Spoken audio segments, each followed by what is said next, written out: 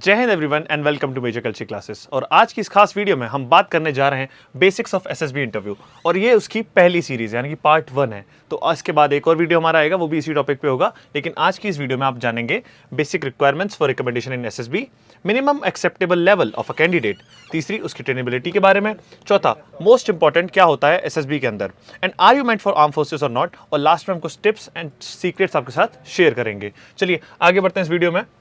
सबसे पहली बात हम करने वाले हैं basic requirements for recommendation in SSB, यानी कि सबसे पहला क्या ऐसा रोल है जो रिक्वायर होता है रिकमेंडेशन के लिए एसएसबी में। ठीक है, इसमें सबसे अहम रोल आता है मानसा वाचा कर्मणा का, यानी कि उनके बीच में जो लिंक होता है, यानी कि आप जो कह रहे हैं, आप जो सोच रहे हैं और आप जो कर रहे हैं, उसके तीनों के बीच में क्या होना चाहिए, एक लिंक होना चाहिए, एक समांतरता होनी चाहिए। इसी को कहते हैं मानसा वाचा कर्मणा। आगे बढ़ते हैं हम, तो सेकंड चीज आती है हमारे सामने no negativityness. Okay, so no negativeness के बारे में जब हम बात करते हैं तो इंसान के अंदर जेलेसी या उसका किसी धर्म के प्रति या किसी जाति के प्रति या किसी क्रीड के प्रति बाइसनेस नहीं होना चाहिए, यानी कि उसके प्रति एक तरफ का झुकाव नहीं होना चाहिए, ना ही किसी पॉलिटिकल आइडियोलॉजी की तरफ।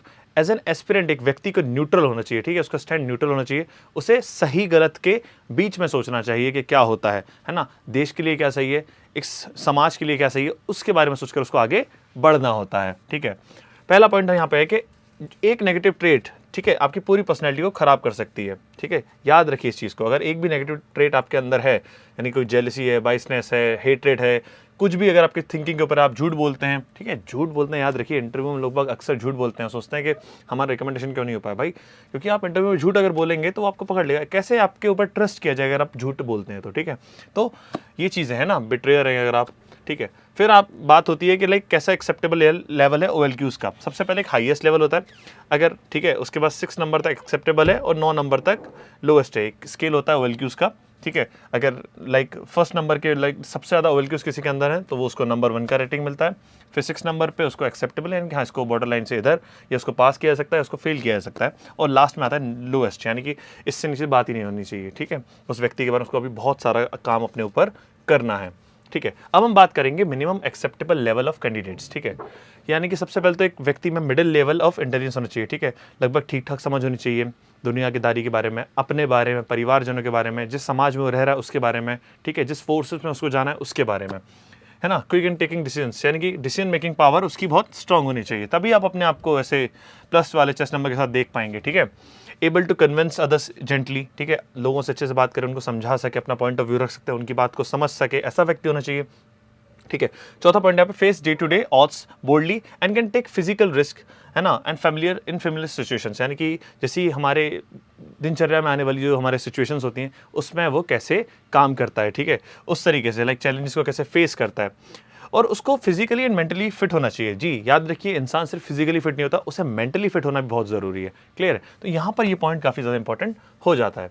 अब हम बात करेंगे कि ट्रेनेबिलिटी, है ना, सीखने की कला किस व्यक्ति में कितनी ज़्यादा होती है। मान लीजिए कोई व्यक्ति जो रूरल कैंडिडेट है, ठीक है, गांव या पिछड़े वर्ग से आ रहा है, उसको हो सकता है कि उसको कम सुविधाएं मिली हों, लेकिन तब भी वो यहाँ तक पहुँच गया। जस्ट इमेजिन अगर हम तो अपनी तरफ से उसको थोड़ा सा और सपोर्ट प्रोवाइड कर देंगे तो वो जीवन में क्या क्या करेगा। ठीक है, क्योंकि उसे चीज़ों का महत्व पता होगा।